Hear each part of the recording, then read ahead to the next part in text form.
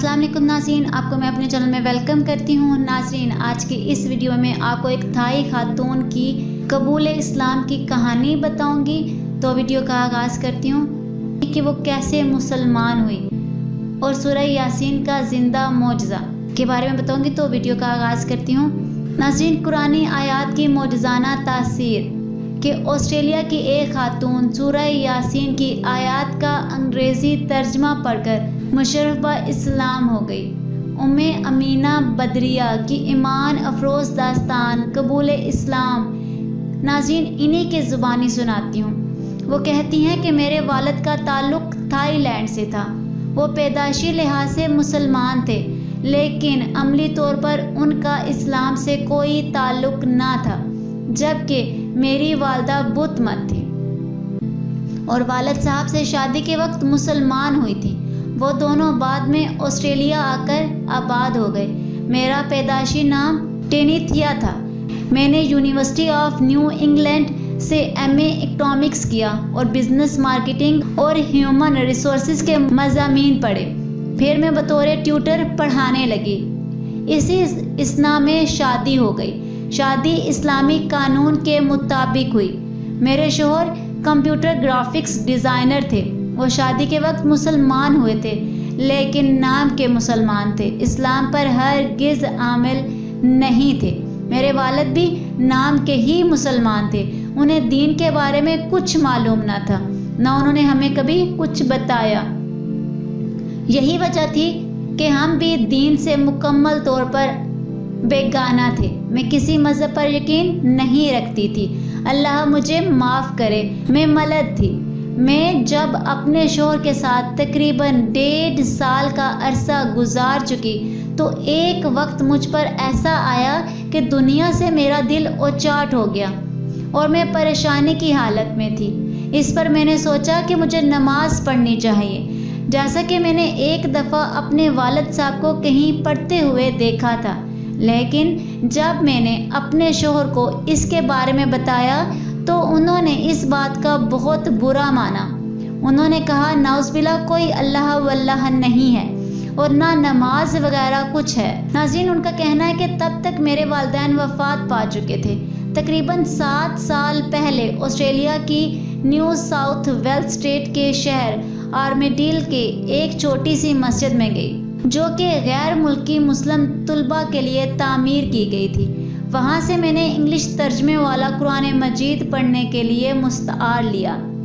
ये कुरान मजीद खादम उल हुरमैन शरीफैन उल मुल्क फ़हद बिन अब्दुल अजीज़ अल सऊद यानी सऊदी अरब की जानब से शाया शुदा था।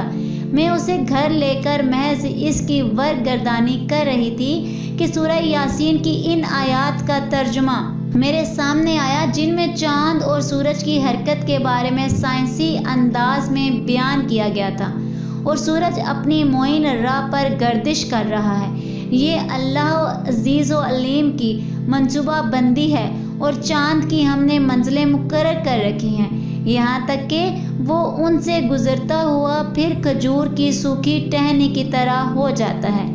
ना सूरज की यह मिजाल कि चांद को जा पकड़े और ना रात वो दिन पर सबकत ले जा सकती है। ये सब अपने अपने मदार में गर्दिश कर रहे हैं। ये तर्जमा पढ़ना था कि मेरे रोंगटे खड़े हो गए और मेरे जिस्म में एक अजीब सी कैफियत पैदा हो गई। मैंने सोचा कि नबी करीम सल्लल्लाहु अलैहि वसल्लम तो उम्मी थे, यानी पढ़े लिखे ना थे, लेकिन इतने बेहतरीन साइंसी अंदाज में जो आप सल्लल्लाहु अलैहि वसल्लम ने बयान किया है, तो ज़रूर इन पर अल्लाह की तरफ से वही हो सकती है। बस उसी लम्हे मेरे दिल की दुनिया बदल गई और मैंने अल्लाह की किताब कुरान अज़ीम उल शान का मुताला और इसमें गौर व फिक्र शुरू कर दिया। मैं जब भी इस्लामी तालीमात का मुताला करती हूँ, पहले अपने साबका अमल पर अल्लाह से इस्तग़फ़ार करती हूँ और फिर उन पर पूरा अमल करने की कोशिश करती हूँ। मैं कबूल इस्लाम के बाद मस्जिद में जाती रही। शुरू में मैंने पर्दा नहीं किया था।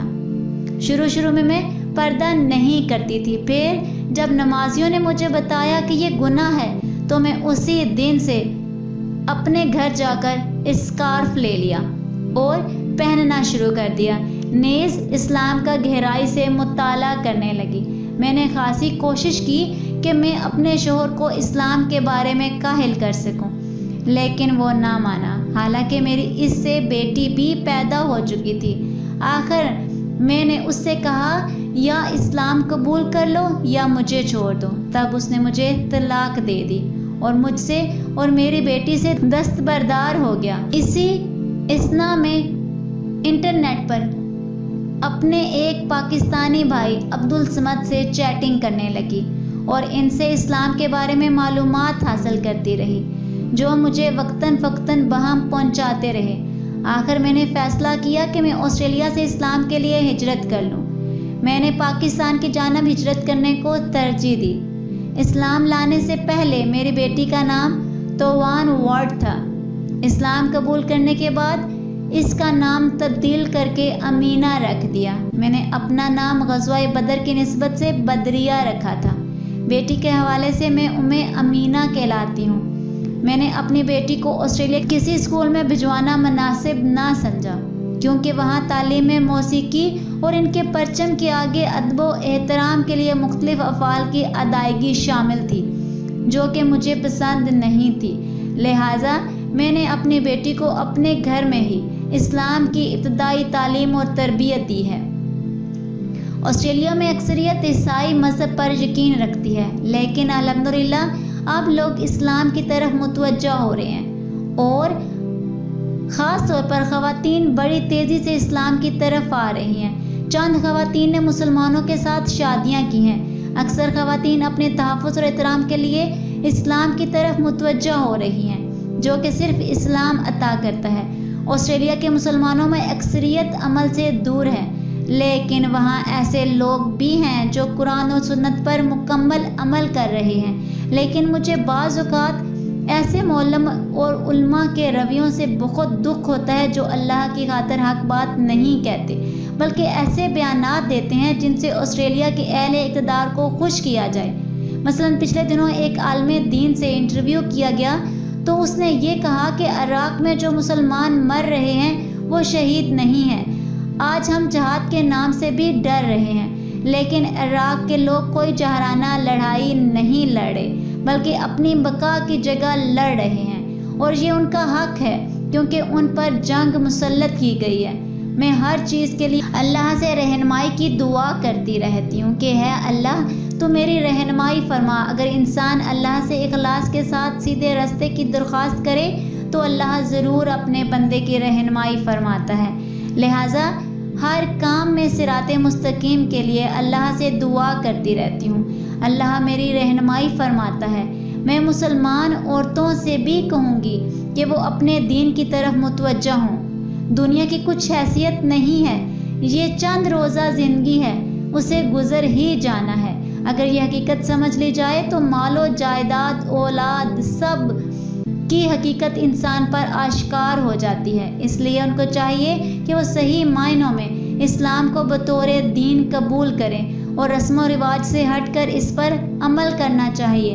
لیکن میں نے یہاں دیکھا ہے کہ اکثر خواتین شرعی پردہ نہیں کرتی، صرف رواجی پردہ کرتی ہیں۔ جب گھر سے باہر نکلنا ہوتا ہے تو خوب پردہ کر لیتی ہیں، لیکن گھروں میں نوکروں، دیوروں اور رشتہ داروں کے سامنے پردے کا حق ادا نہیں کرتی، جس کا سارا گناہ ان کے ساتھ ساتھ ان شوہروں کو بھی ہوگا۔